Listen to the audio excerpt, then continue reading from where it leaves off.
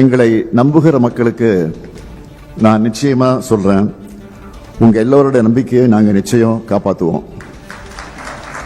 இந்த உறுதியோடு தேர்தல் அறிக்கையில் சொல்லப்பட்டிருக்கக்கூடிய வாக்குறுதிகளில் எல்லாமே முக்கியமான வாக்குறுதிகள் தான். நேரத்தின் அருமை கருதி முக்கியமான சிலவற்றை மட்டும் சுருக்கமா தலைப்பு செய்திகளாக நான் அறிவிக்கிறேன். முதல் வாக்குறுதி, இதுவரை 1 முதல் 5ஆம் வகுப்பு வரை படிக்கும் 19 லட்சம் குழந்தைகளுக்கு முதலமைச்சரின் காலை உணவு திட்டத்தில் காலை உணவு வழங்கணும். திராவிட மாடல் 2.2 ஆட்சியில் கூடுதலாக 15 லட்சம் மாணவர்கள் பயன்பெறும் வகையில் முதலமைச்சரின் காலை உணவு திட்டம் முதலமைச்சரின் காலை உணவு திட்டம் 8ஆம் வகுப்பு வரை விரிவுபடுத்தப்படும்.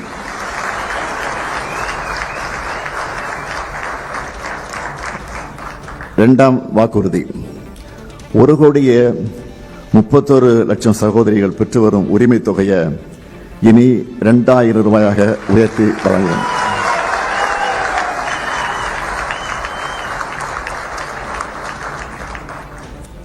மூன்றாவது வாக்குறுதி, இலவச மின்சாரம் பெறும் 20 லட்சத்திற்கும் மேற்பட்ட விவசாயிகளுக்கு எந்தவித மீட்டரும் பொருத்தப்படாத நவீன மின்சார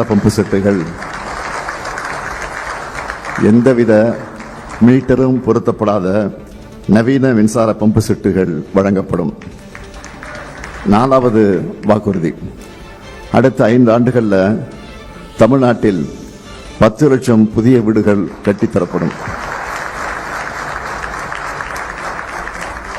5வது வாக்குறுதி, முதலமைச்சரின் மருத்துவ காப்பீட்டு திட்டத்தில் சேர்க்கப்படுவதற்கான ஆண்டு வருமான வரம்பு 5 லட்சம்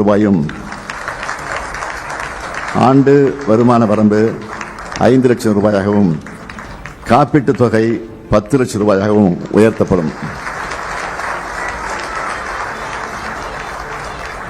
6வது வாக்குறுதி, உயர்கல்வி சேர்க்கை அதிகரிக்க புதுமை பெண் தமிழ் புதல்வன் திட்டத்தின்படி மாதந்தோறும் வழங்கப்பட்டு வரும் 1000 ரூபாய் இனி 1,500 ரூபாயாக உயர்த்தி வழங்கப்படும். 7வது வாக்குறுதி, நெல் கொள்முதல் விலை குவிண்டால் ஒன்றுக்கு 3,500 ரூபாயாக உயர்த்தி வழங்கப்படும். கரும்பு கொள்முதல் விலை டன் ஒன்றுக்கு 4,500 ரூபாயாக உயர்த்தி வழங்கப்படும்.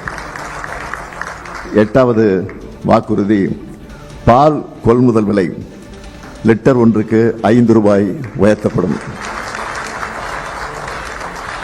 9வது, முதியோர் உதவித்தொகை 1,200 ரூபாயிலிருந்து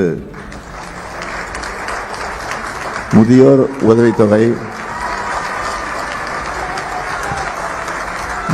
உதவித்தொகை 1,200 ரூபாயிலிருந்து 2,000 ரூபாயாக உயர்த்தப்படும்.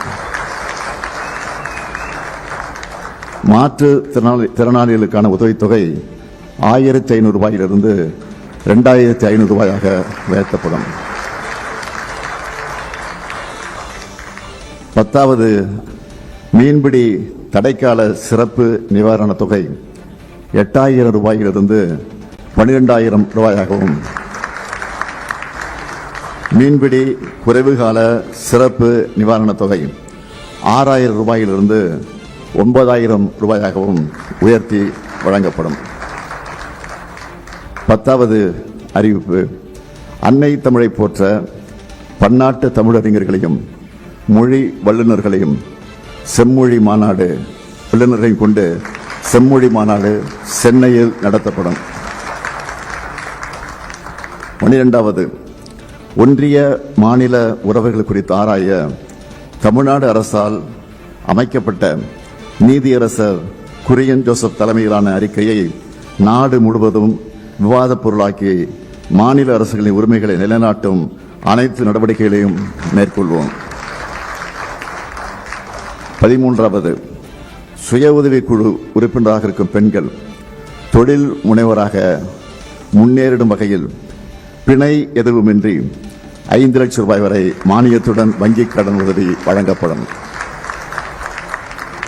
14வது, பேரிடர்கால இழப்பீடுகளாக இரவை பாசன பயிர்கள் மற்றும் நெல் பயிர்களுக்கு ஹெக்டேர் ஒன்றுக்கு 25,000 ரூபாயாகவும் நீண்டகால பயிர்களுக்கு 27,000 ரூபாயாகவும் மானாவாரி பயிர்களுக்கு 12,000 ரூபாயாகவும் உயர்த்தி வழங்கப்படும்.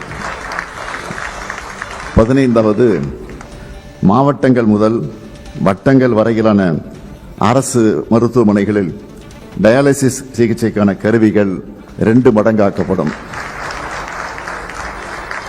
16வது, அரசு ஊழியர்கள் ஆசிரியர்களுக்காக அறிவிக்கப்பட்ட தமிழ்நாடு உறுதியளிக்கப்பட்ட ஓய்வூதிய திட்டம் சிறப்பாக செயல்படுத்தப்படும்.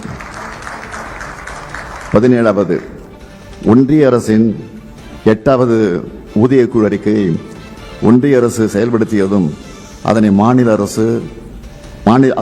அரசு ஊழியர்கள் ஆசிரியர்களுக்கு செயல்படுத்த குழு அமைக்கப்படும். 18வது, அரசு அமைப்புகளில் ஏற்படும் 1,50,000 காலி பணியிடங்கள் கால தாமதமின்றி நிரப்பப்படும். 19வது, அரசு அலுவலர்கள் மற்றும் ஆசிரியர்களுக்கான பதவி உயர்வுகள் உரிய நேரத்தில் கிடைக்க நடவடிக்கை எடுக்கப்படும். 20வது, உயர்கல்வி பயிலும் 35 லட்சம் மாணவர்களுக்கு 5 ஆண்டுகளுக்குள் மடிக்கணினி வழங்கப்படும்.